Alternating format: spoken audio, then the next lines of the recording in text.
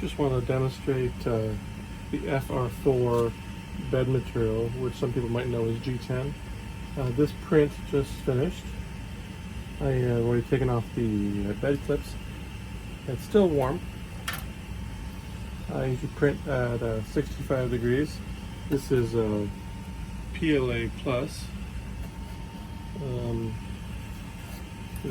Really great adhesion.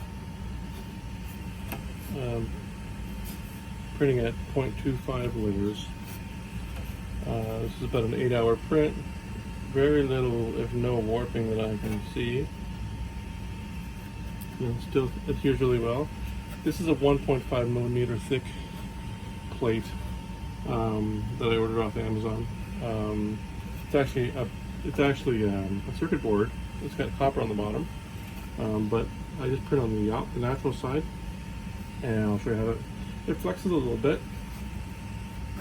So right now it's fine, but boom, it just pops off,